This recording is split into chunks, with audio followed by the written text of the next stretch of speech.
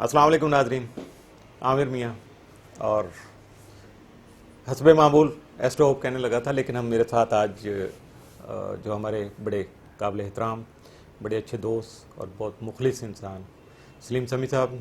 अब इनको आप किन किन हवालों से जानते हैं, चूँकि मैं तो बहुत हवालों से जानता हूँ और इसी तरह हमारे जो बाकी दोस्त अहबाब हैं वो भी इनको बहुत सारे हवालों से जानते हैं, लेकिन आपके लिए सिर्फ एक ही हवाला है कि एस्ट्रोलॉजी का। और ये हम तो कहते हैं, चूँकि ये जो बात भी कहते हैं बेबांगे दोहल कहते हैं और फिर उस पर एक्सक्यूज़ भी नहीं करते हैं, माजरत भी नहीं करते, डट जाते हैं कि जो मैंने कहा है वो ठीक है, क्योंकि इल्म की बात है। अब इल्म पे आके तो बहुत सारे अहले इल्म जो हैं वो स्टैंड ले लेते हैं, तो उनमें से एक हमारे सलीम समी साहब हैं।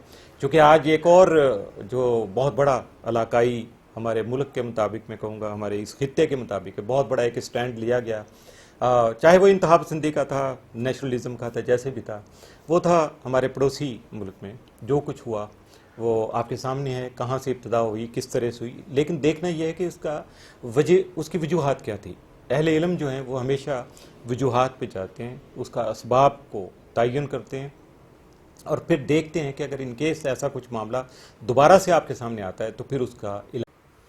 तो इसी पैराए में जो हमारा खित्ता और हमारे इलाकाई सूरत हाल है, उसके साथ साथ बहुत सारे सराउंडिंग जो एलिमेंट्स भी हम पे हावी हो रहे हैं। हमारे बरादर मुल्क दूसरी तरफ से, ईरान की तरफ से क्या हो रहा है, तो ये बहुत सारी चीज़ें हैं, हमारी इंटरनल सियासत क्या कह रही है। लेकिन इस वक्त जो सबसे अहम जो सिलसिला हुआ, ये 22 तारीख से जो सिलसिला सामने आना शुरू हुआ नताइज का, जो इलेक्शन हुए इंडिया में, तो उसमें चूँकि नरेंद्र मोदी जो हैं वो बड़ा अच्छा तरीके से विन कर गए, बल्कि नियर अबाउट वो क्लीन स्वीप पे चले गए, क्योंकि इतनी मेजॉरिटी आ गई उनके कि वो खुद जो चाहेंगे अब कर सकेंगे। तो इस टॉपिक को बेस बनाते हुए इसी टॉपिक पे बात करने के लिए हम इकट्ठे थे। तो इसकी इब्तदा करूंगा मैं सलीम समी साहब से। जी सलीम साहब, कहिएगा कि आप क्या समझते हैं कि ये मोदी साहब का जो ऐलान सामने आ रहा है, इसके बारे में आप क्या समझते हैं कि अब इसके फर्स्ट ऑफ ऑल तो इसकी वजूहत क्या हैं जीतने की, और उसके बाद ये कि इसके आफ्टर इफेक्ट क्या आ सकते हैं इंडिया के लिए और हमारे लिए। देखिए, ये हमारे यहाँ पे लोग थोड़े से जज्बाती हुए थे। इलेक्शन से पहले लोग ये कह रहे थे कि मोदी फेल हो गया और इलेक्शन जीतने के लिए वो तैयारी कर रहे हैं। इस इलेक्शन से तो आपको पता चल गया कि 60 से 70% वहाँ वोटिंग हुई और आवाम ने मोदी को वहाँ पे वोट दिया, उसकी सोच को वोट दिया। बेसिकली मोदी जैसे रेक्टवाए एक खिलौना था, पीछे तो बीजेपी और आरएसएस का जो प्लान है उस प्लान के ऊपर पहला कदम जो है वो आज रखा गया है। और जो उनका एक सोच है कि हिंदू रियासत डिक्लेयर करना। अब ये देखा होगा पाकिस्तान में भी आजकल मजहबी रियासत की बात हो रही है कि इस्लामी सदारती, यानी इस खत्ते में चीज़ कॉमन है। उधर जो है हिंदू रियासत बनाने का मजहबी और इधर इस्लामी का सदारती निज़ाम था, उसे अब बीच में ऐड कर दिया इस्लामी। ये चीज़ें कॉमन हो गई है। मोदी साहब का इलेक्शन जीतना और भारी अक्सर से जीतना और उस खेल की ये पहली एपिसोड थी जो आज अनाउंस हुई है। अब इनका जो प्लान है वहाँ पे मुसलमानों के लिए और ईसाइयत के लिए, क्योंकि ये दोनों ही वहाँ पे हुक्मरान रह चुके हैं, उनके लिए बड़ा मुश्किल टाइम आया है। बाकी जो वहाँ पे दलित हैं, सिख हैं, उन्हें वो हिंदू ही कहते हैं। अब मुसलमान और ईसाइयत के लिए एक बहुत बुरा टाइम हिंदू रियासत के डिक्लेयर होने से होगा। वहाँ आप हैं, शहरी तो हैं, लेकिन 2 नंबर शहरी कहलाएंगे। ओके, तो इसके आफ्टर इफेक्ट क्या हो सकते हैं, यानी बीइंग ए स्टेट, अब एक इंडिया बहुत बड़ा मुल्क है और हमारे से तो वैसे भी 10 गुना से ज़्यादा बड़ा है, तो इसके लिए क्या हो सकता है अगर ये हिंदू रियासत डिक्लेयर कर देते हैं, अपनी आरएसएस वाली जो फिलॉसफी है, फिनोमेना, उसको लेके आगे चलते हैं, तो आप क्या समझते हैं कि इसके मुताबिक इसके आफ्टर इफेक्ट क्या आ सकते हैं, फौरी तौर पे क्या आफ्टर इफेक्ट? इसके फौरी तौर पे तो वहाँ पे जो भारत जो है, ठीक है, इस खत्ते में जब से सेटर्न आया है, एक जुनूनियत और मजहबी जो है वो बहुत ज़्यादा बड़ी है। कब तक ये चलेगा? ये 2020 में जब सेटर्न आएगा इधर कैप्रिकॉर्न में और जुपिटर एक्वेरियस में आएगा, जो उनका कुंभ का मेला होता है, कुंभ के मेले में ये और 2021 और 22 में ये डिक्लेयर कर देंगे हिंदू रियासत। अच्छा, वो नफ्स चेक करेंगे कि 70% आवाम हमारे साथ है, हर इदारा हमारे साथ है, तो ये डिक्लेयर हो जाएगा। जिससे पड़ोसी मुल्क में जो हमारे पाकिस्तान भी है, नेपाल भी है, अब ये अखंड भारत बनाने का जो ख्वाब है ये उसकी तरफ सोचना शुरू करेंगे। ओके, तो ये नहीं, मुल्क पे फौरी तौर पे कोई अफरा तफरी इनकी हो सकती है, एजिटेशन हो सकता है, जैसे जब ये 2 नंबर करेंगे क्रिश्चियंस को, मुस्लिम्स को और बाकी दलित और सिख अभी वगैरह सारे जो मिनॉरिटीज जो हैं वो क्या करेंगी, फिर किस तरह रिएक्ट कर सकती हैं? कुछ भी नहीं कर सकते, ओके, आपके पल्ले कुछ छोड़ा ही नहीं उन्होंने। तो पाकिस्तान पे इसके क्या असरात आ सकते हैं? पाकिस्तान पे जो इसके असरात बड़े पॉजिटिव पड़ेंगे। ओके, पाकिस्तान में जो अभी तक हम लोग नॉन सीरियस होकर चीज़ों को सोचते हैं, अब आपके पड़ोस में एक ऐसा हुकूमत आ गई है, एक ऐसी रियासत आ गई है जो कि वो समझती है कि ये पाकिस्तान भी हमारा हिस्सा है। ठीक है, बिल्कुल अब आपकी कौम को बड़ा सीरियस होना पड़ेगा, ठीक है, चीज़ों को सीरियस होकर लेना पड़ेगा। अब आपको अपनी माशी हालात, स्टेबिलिटी, मुल्क की हुकूमत की स्टेबिलिटी और आपका बिजनेस के हालात, इस तरफ बड़ा आपको गहरी सोच रखना पड़ेगा, वरना इंडिया तो आपको जम कर जाएगा। ठीक है। तो अभी जो हमारी मौजूदा हुकूमत है, क्योंकि कुछ उसके इत्तेहादी सुना है कि कोई अलग होने का सोच रहे हैं, कुछ शायद ऐलान करते हैं, कुछ ऐसा है, अंदरूनी खाना बहुत सारी साजिशें चल रही हैं, माइनस इमरान भी चल रहे हैं, तो ये आप क्या समझते हैं, हुकूमत के को खदोखाल क्या नज़र आ रहे हैं आपको अगर चंद दिनों में? ये पहले डे से ही आप ये देखिए, जो इलेक्शन हुआ है, ये इलेक्शन हुआ है मार्च सेटन, राहु केतु सेटन की टाइम के ऊपर, जो कि एस्ट्रोलॉजिकली बहुत बुरा टाइम माना जाता है। ठीक हो गया, ठीक है, उस टाइम पे इलेक्शन हुए और ऐसा रिजल्ट कोई भी नहीं सोच रहा था कि ऐसा रिजल्ट आएगा। बिल्कुल सही है। यही फरेब और धोखे का टाइम है। अब इसी टाइम में हमारे यहाँ पे फरेब और धोखा, ठीक है, इनको अभी भी ख्वाहिश जन्म दिल में पल रही है कि शायद हम दोबारा पावर में आ जाएं। जितनी भी हमारी माजी के पार्टी है ना, जो माजी के लीडर थे, ये माजी का हिस्सा बन चुके हैं, ये पॉसिबल ही नहीं कि आ सके। ठीक हो गया। अब जो मर्जी कर ले, इमरान तो है, वो रहेगा। तो अभी बहरहाल बहुत सारे मैसेजेस आते हैं वो इमरान खान साहब की और बाकी लोगों की बिक्री होती है बहुत ज़्यादा। ये जो तकलीफ हो रही है, बल्कि आवाम की जो चीखें निकल रही हैं, तो ये चीखें कब बंद होंगी, कब दिलासा मिलेगा इनको कि चीखें बंद हो जाएं और उसके बाद हम थोड़ा सा मुंह हाथ धो लें, फ्रेश हो जाएं?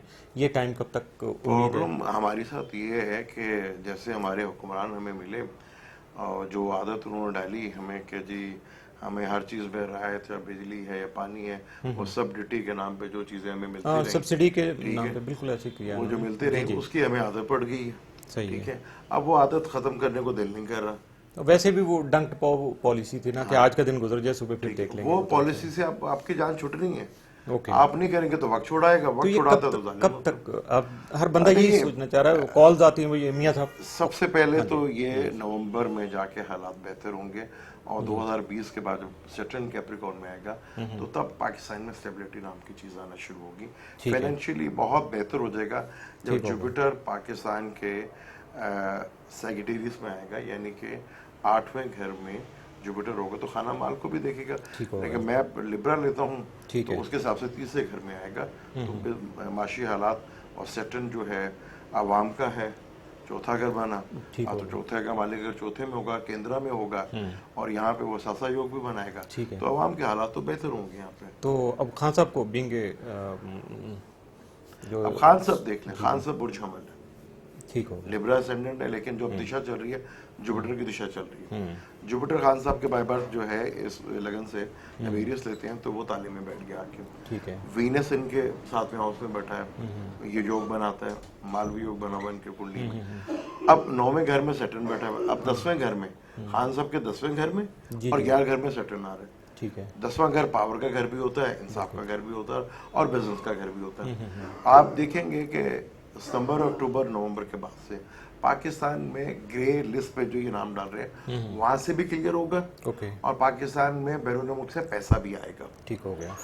इंडिया में जो मजहबी रियासत के जो बीज बोए जाएंगे उसके असरात जो है, जो आज यूरोप ये कुछ यूरोप के मुल्क जो इंडिया का बड़ा साथ दे रहे हैं, जब ईसाइयत के ऊपर वहां पे जुल्म होगा तब आवाजें उठेंगी वहां से। ठीक हो गया। अगर अब भी हम मुसलमान जाग जाते हैं, मुसलमान जब ये देख लें कि जहाँ पे भी जुल्म हो रहा है वो मुसलमानों पे हो रहा है, अब जुल्म कह लें या हमारे करतूत कह लें, मैं तो करतूत ही कहूँगा।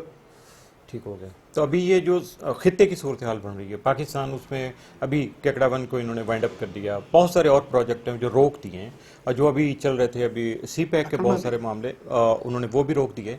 तो आप क्या समझते हैं कि ये वाला जो इधर इज्तिमा हो रहा है, इकट्ठ हो रहा है सारे का सारा अमेरिकन और बाकी जो भी कोई ग्रेटर इसराइल की बात कर रहा है, कोई कुछ बात कर रहा है, लेकिन इसके आफ्टर इफेक्ट जो अभी जो हमारी ओआईसी की कॉन्फ्रेंस भी हो रही है, तो ये आप क्या समझते हैं कि इसके आउटपुट जो अभी आने वाले हफ्ते 10 दिन में क्या तो मैंने निकलेंगे? आपको ये बताया कि ये टाइम जो है, ठीक है, ये बड़ा फरेब का टाइम है। बड़े अरसे के बाद Rahu, Saturn, Ketu, Mars, Ketu Saturn का कंजक्शन हो रहा है, राहु मार्स का कंजक्शन हो रहा है, 4 बड़े एग्रेसिव स्टार। ठीक है। इसी जून में 22 जून को 5 एग्रेसिव स्टार का कंजक्शन होगा, यानी कि ऑपोजिशन होगी और करान होगा। कितने दिन तक वो रहेगा?